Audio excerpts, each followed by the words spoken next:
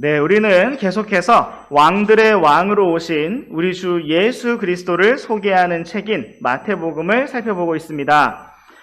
지난 시간에 우리는 동쪽의 지혜자들에게 경배를 받으시고 또 세 가지 선물을 받으신 예수님을 보았습니다. 지혜자들이 드린 세 가지 선물은 기름 부음을 받으신 주 예수 그리스도의 세 가지 직분과 사역을 보여주고 있습니다. 그 세 가지는 바로 왕, 제사장, 대언자였습니다. 먼저 황금은 왕들의 왕으로 오신 우리 주 예수님의 영광과 신성을 보여주는 것이었고, 유향은 하나님 앞에 중보 기도의 향을 피워 올리며 향기로운 냄새의 헌물로 주님을 섬기는 제사장의 사역을 보여주는 것이었으며, 몰약은 생명을 다해 말씀을 전하는 대언자의 사명을 보여주는 것이었습니다. 주 예수 그리스도께서는 기름 부음을 받아 임명을 받는 이 세 가지 직분을 모두 가지고 오셨고, 지혜자들이 드린 선물 세 가지는 이 모두를 잘 보여주는 것이었습니다. 오늘도 우리는 계속해서 마태복음 말씀을 통해서 동쪽의 지혜자들이 예수님께 경배와 선물을 드린 이후에 있었던 일들을 살펴볼 것입니다. 오늘도 우리가 주님의 말씀을 통해서 귀한 양식과 지혜와 또 교훈을 발견하고 주님을 더 알기 원합니다. 이제 우리 함께 마태복음 2장 12절과 13절 말씀부터 보시겠습니다. 꿈에 하나님으로부터 헤롯에게 돌아가지 말라는 경고를 받고 떠나서 다른 길로 자기들 나라에 가니라. 그들이 떠난 뒤에 보라, 주의 천사가 꿈에 요셉에게 나타나 이르되 헤롯이 어린아이를 찾아 죽이려 하니 일어나 어린아이와 그의 어머니를 데리고 이집트로 도피하여 내가 내게 말을 전해줄 때까지 너는 거기 있으라 하매. 네, 오늘의 말씀은 동쪽의 지혜자들이 베들레헴에서 예수님께 경배를 드린 뒤에 꿈에서 하나님께로부터 경고를 받는 장면으로부터 시작되고 있습니다. 하나님께서는 12절 말씀과 같이 지혜자들에게 꿈에 경고하시기를 헤롯에게 돌아가지 말라고 말씀하셨습니다. 그러므로 지혜자들은 가서 그리스도를 부지런히 찾아보고 자기에게도 알려달라고 했던 그 헤롯에게로 돌아가지 않고 다른 길을 통해 자기들의 나라로 돌아갔습니다. 그리고 하나님께서는 지혜자들이 떠난 뒤에 요셉에게도 꿈으로 경고를 주셨습니다. 그것은 바로 13절 말씀처럼 헤롯이 예수님을 찾아 죽이려 하니 일어나서 이집트로 도피하라는 것이었습니다. 이처럼 하나님께서는 동쪽의 지혜자들에게 그리고 요셉에게 각각의 상황에 맞는 경고의 말씀들을 주셔서 그들로 하여금 어떻게 움직여야 할 것인지를 가르쳐 주시고 길을 인도해 주셨습니다. 우리는 이미 이전 시간들을 통해서 하나님께서 오늘날 더 이상 꿈으로 말씀하지 않으신다는 사실을 충분히 살펴보았습니다.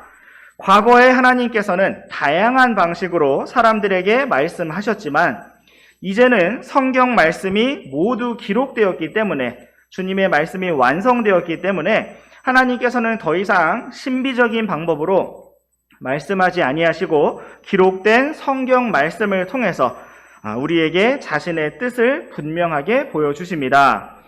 그러므로 오늘날 우리는 동쪽의 지혜자들이나 요셉이 꿈으로 경고를 받은 것처럼 그러한 방식으로 하나님의 경고를 받을 수는 없지만 기록된 성경 말씀을 통해서 충분하고 완전한 경고의 말씀들과 인도의 말씀들을 받을 수가 있습니다. 하나님께서는 앞으로 일어날 일들에 대해서 경고를 주시는 분이신데 그 이유는 하나님께서 우리가 바른 길로 안전하게 잘 걸어가기를 원하시기 때문입니다. 하나님께서는 광야에서 이스라엘 자손이 이동할 때 경고 나팔을 불라고 말씀하셨습니다. 이스라엘 자손은 이러한 경고의 나팔 소리를 듣고 이동하였고 이것은 당시 광야에서 이스라엘 민족을 인도하시는 하나님의 방법이었습니다. 우리 함께 잠언 29장 1절 말씀을 보시겠습니다. 시작. 자주 책망을 받으면서도 목을 뻣뻣하게 하는 자는 갑자기 멸망을 당할 것이며 어떤 구제책도 없으리라. 네, 이 말씀은 경고 위에 경고가 더해진 것과 같은 경고의 말씀입니다. 하나님께서는 양심을 통해서, 주변 사람들을 통해서, 삶 속의 여러 가지 일들을 통해서 우리에게 책망을 주시고 또 경고를 주십니다. 이 말씀은 그렇게 우리가 책망을 받을 때, 자주 책망을 받으면서도 우리가 목을 뻣뻣하게 하거나 고집을 부리지 말아야 함을 말씀하고 계십니다. 우리가 그렇게 나의 뜻을 고집하고 잘못된 생각과 길에서 돌이키지 않게 될 때 갑작스러운 멸망이 올 것이며 피할 수가 없게 될 것이라고 경고하고 계십니다. 성경은 주를 두려워하는 것이 지혜와 지식의 시작이라고 말씀하고 있습니다. 우리가 주님을 두려워한다는 것은 그분의 책망과 경고의 말씀에 귀를 기울인다는 것입니다.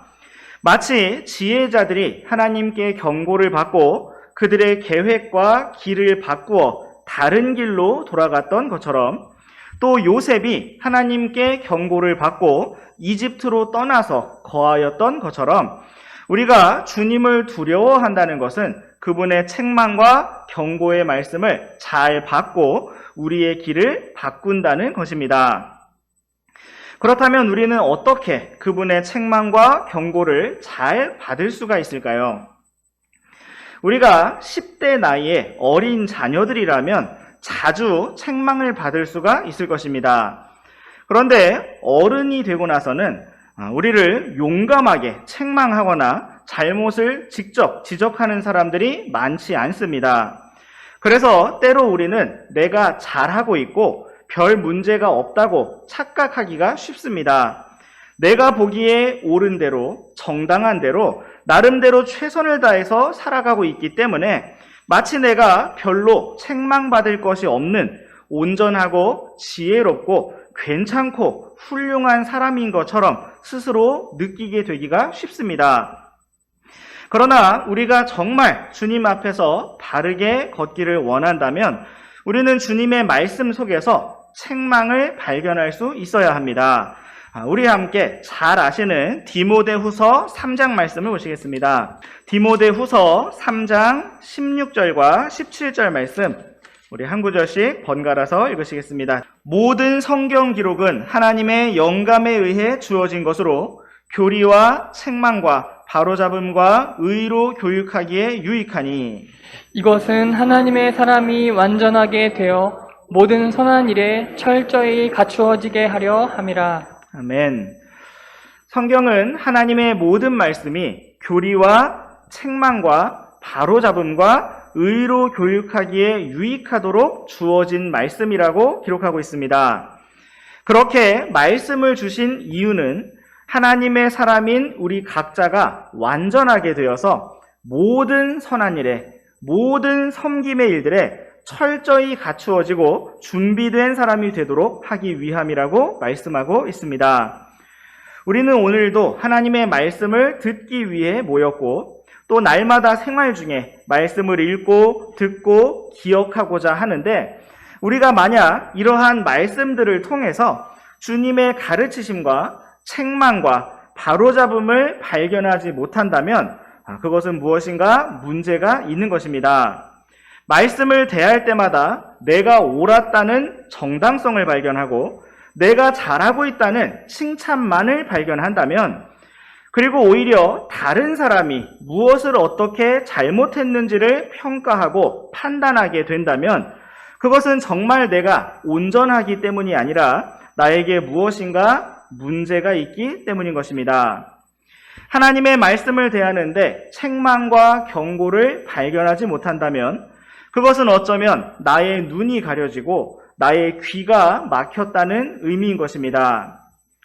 마태복음 2장 말씀에서 하나님의 경고는 지혜자들과 요셉에게는 주어졌지만 헤롯에게는 주어지지 않은 것을 볼 수가 있습니다.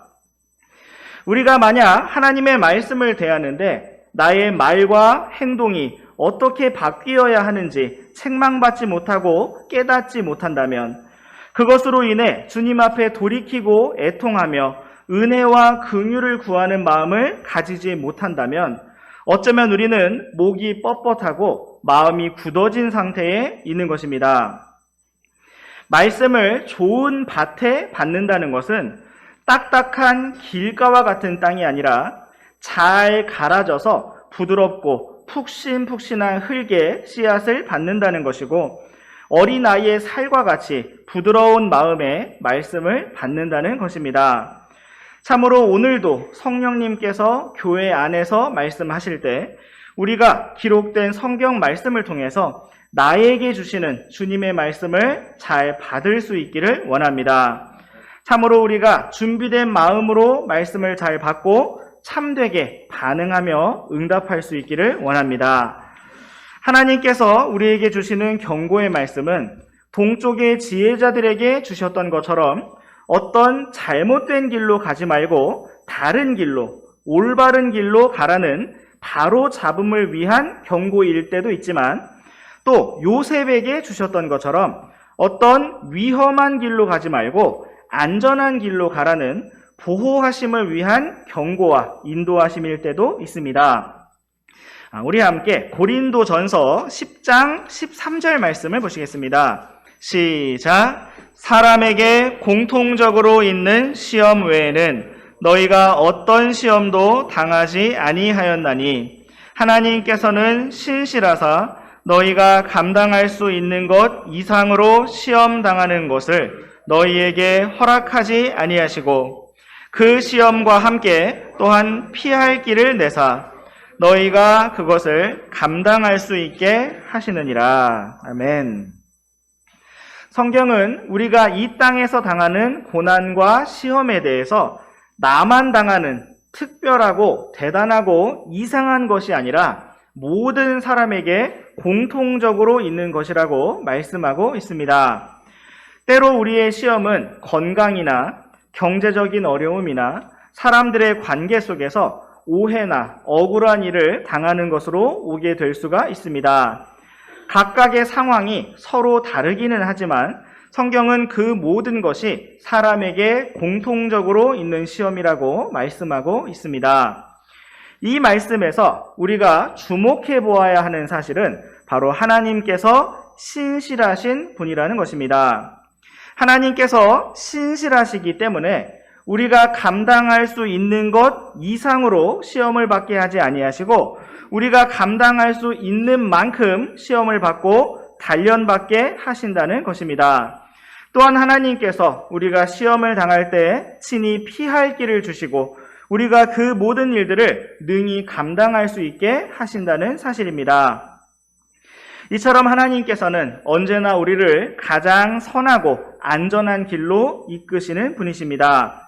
어떤 시험도 당하지 않도록 완전히 막으시는 것이 아니라 우리가 시험을 당하되 우리의 승리와 성숙함을 위해서 또 우리를 낮추시고 주님만을 의지할 수 있도록 빚으시기 위해서 우리가 감당할 수 있는 만큼의 시험을 허락해 주시고 또 능히 이겨내고 피해갈 수 있도록 길을 주시며 경고해 주시고 인도해 주신다고 말씀하고 있습니다. 오늘도 우리가 이러한 주님의 인도하심을 잘 따라서 승리하고 성장하는 길로 더욱 나아가기를 원합니다. 또한 하나님께서는 우리 구원받은 성도들을 통해서 하나님을 모르는 세상 사람들에게 경고를 주기 원하십니다. 우리 함께 에스겔서 33장 6절 말씀을 보시겠습니다. 시작. 그러나 칼이 닥치는 것을 파수꾼이 보고도 나팔을 불지 아니하여 백성이 경고를 받지 못하였으므로 칼이 닥쳐서 그들 가운데 어떤 사람을 취하면 그는 자기 불법 가운데서 제거되었으나 그의 피는 내가 파수꾼의 손에서 요구하리라. 네, 이 말씀은 참으로 엄중하고 두려운 경고의 말씀입니다. 영원한 생명을 얻고 구원을 받은 우리 성도들이 오늘 여전히 이 땅에 살아남아있는 이유는 우리 모두에게 경고의 나팔을 부는 파수꾼의 사명이 주어졌기 때문입니다. 우리는 사람들에게 멸망이 임할 것이고 지옥의 심판이 임할 것이라는 사실을 알고 있는 사람들입니다. 그러므로 우리가 이 땅에서 해야 할 일은 그들에게 경고의 나팔을 불어서 그들을 구원으로 인도하는 것입니다. 구원받지 못한 사람들이 지옥에 가게 되는 것은 그들의 불법 가운데서 일어나는 일이지만 또한 하나님께서는 그의 피를 경고의 나팔을 불지 않은 파수꾼의 손에서 요구하시겠다고 말씀하셨습니다. 참으로 우리가 이러한 경고의 말씀에 따라 이 땅에서 살아가는 동안 주님을 모르는 사람들에게 경고의 나팔, 복음의 나팔을 힘차게 불기 원합니다. 또 우리 각자가 그렇게 살아갈 뿐만 아니라 우리 교회가 참으로 세계 선교의 사명을 짊어지고 힘차게 나아가기를 원합니다. 이제 우리 다시 마태복음 말씀으로 돌아오셔서 마태복음 2장 14절과 15절 말씀 번갈아서 읽어보시겠습니다.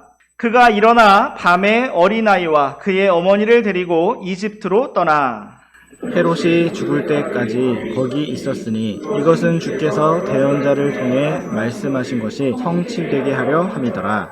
이르시되 이집트에서 내가 내 아들을 불러내었노라 하셨더라. 네, 요셉은 하나님의 경고를 받은 즉시로 움직였습니다. 그는 밤에 잠을 자다가 주의 천사로부터 꿈에 경고의 말씀을 받았고 그 즉시로 일어나 14절 말씀에 기록된 것처럼 밤에 가족들을 데리고 이집트로 떠났습니다. 요셉은 어쩌면 동쪽의 지혜자들과 대화를 나누는 동안 그들이 어떻게 예루살렘까지 갔다가 이렇게 베들레헴에 오게 되었는지 그 모든 여정에 대해 들었을 것입니다. 요셉은 헤롯이 어린아이를 찾아 죽이려고 하니 일어나 이집트로 도피하라는 경고의 말씀을 들었을 때 단 한순간도 지체하지 않고 즉시 움직였습니다. 이처럼 우리도 하나님의 말씀을 받을 때 즉시 기쁘게 반응하고 응답하며 즉시 순종하는 길로 나아가기를 원합니다. 요셉은 지혜자들이 주었던 값비싼 선물들을 가지고 헤롯이 죽을 때까지 이집트에서 거할 수가 있었습니다. 이 모든 것을 인도하시고 예비하신 분은 하나님이셨습니다. 요셉과 마리아에게 시험을 주셨지만 그들이 감당할 수 있게 하셨고 또한 피할 길도 예비해 놓으셨습니다. 15절 말씀에서는 호세아 말씀을 인용하고 있는데 우리 잠시 구약 성경 호세아 말씀을 직접 찾아보시겠습니다. 호세아 11장 1절 말씀입니다. 시작. 이스라엘이 아이였을 때 그때에 내가 그를 사랑하였고 내 아들을 이집트에서 불러내었노라. 네, 이 말씀은 1차적으로 이스라엘 민족에 대해 기록한 말씀입니다. 하나님께서는 모세를 통해서 파라오에게 말씀하시기를 이스라엘은 내 아들, 곧 나의 처음 난 자니라 라고 하셨습니다. 그러므로 이스라엘은 민족적으로 하나님의 아들이었고 이집트에서부터 불러냄을 받은 민족이었습니다. 그러면서도 이 말씀은 또한 마태복음에서 인용한 것처럼 하나님의 아들이신 주 예수 그리스도께도 적용되고 있습니다. 이스라엘 민족이 그러했던 것처럼 하나님의 아들이신 예수님께서도 이스라엘 민족의 대표가 되셔서 어릴 적에 이집트에 계시다가 이집트에서 나오시게 될 것을 이렇게 미리 기록하고 있었던 것입니다. 또한 이 말씀은 오늘날 하나님의 아들들인 구원받은 우리 성도들에게도 동일하게 적용될 수가 있습니다. 먼저 우리 함께 요한복음 1장 12절 말씀을 보시겠습니다. 시작. 그분을 받아들인 자들, 곧 그분의 이름을 믿는 자들에게는 다 하나님의 아들들이 되는 권능을 그분께서 주셨으니. 아멘. 하나님께서는 누구든지 주 예수 그리스도의 이름을 믿고 그분을 받아들인 자들에게 하나님의 아들들이 되는 권능을 주셨습니다. 하나님의 아들들이 되었다는 것은 우리가 그분의 영광과 권능의 상속자가 되었다는 것입니다. 구약에서는 천사들이 하나님의 아들들이라 불렸었고 또한 개인적으로는 아담도 하나님께서 자신의 형상대로 지으신 자로서 하나님의 아들이라고 불렸었습니다. 그러나 유일한 하나님의 아들, 독생자는 오직 우리 주 예수 그리스도 한 분이셨습니다. 그런데 바로 하나님의 독생자이신 유일한 아들이신 주 예수님께서 한 알의 밀이 되어 땅에 떨어져 죽으셨을 때 많은 열매, 그분과 같은 생명을 가진 많은 밀알들인 우리들을 얻으셨습니다. 그러므로 이제 예수님께서는 더 이상 독생자가 아니라 처음 난 자, 첫째 아들이 되셨고, 구원받은 우리는 다 하나님의 아들들로서 예수님의 형제들이 되었습니다. 우리 잠시 로마서 말씀으로 가셔서 로마서 8장 29절 말씀을 다 함께 읽어보시겠습니다. 시작. 하나님께서 자신이 미리 아신 자들을 또한 예정하사 자신의 아들의 형상과 같은 모습이 되게 하셨나니 이것은 그분이 많은 형제들 가운데 처음 난 자가 되게 하려 하심이니라. 아멘. 이 말씀과 같이 성경은 우리 주 예수님을 가리켜서 많은 형제들 가운데서 처음 난 자가 되신 분이시라고 말씀하고 있습니다. 하나님의 독생자, 유일한 아들이셨던 예수님께서 많은 형제들 가운데서 처음 난 자가 되신 것은 그분의 이름을 믿고 구원을 받은 우리 성도들이 바로 그분의 형제들이 되었고 하나님의 아들들이 되었기 때문입니다. 또한 우리 함께 히브리서 2장 11절 말씀도 보시겠습니다. 시작.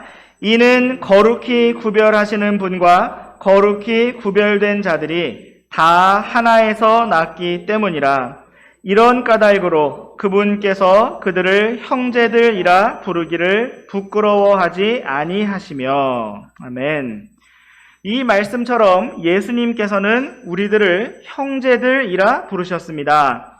그 이유는 우리가 다 하나님의 생명으로 다시 태어난 자들로서 하나님의 생명을 가진 자들이 되었기 때문입니다.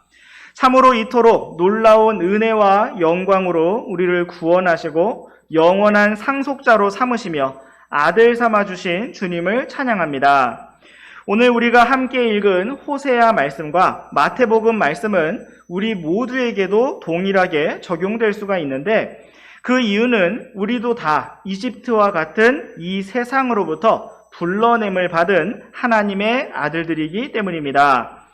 우리는 주님을 만나기 전에 이 세상에서 소망 없이 허망하게 살아가고 있었습니다.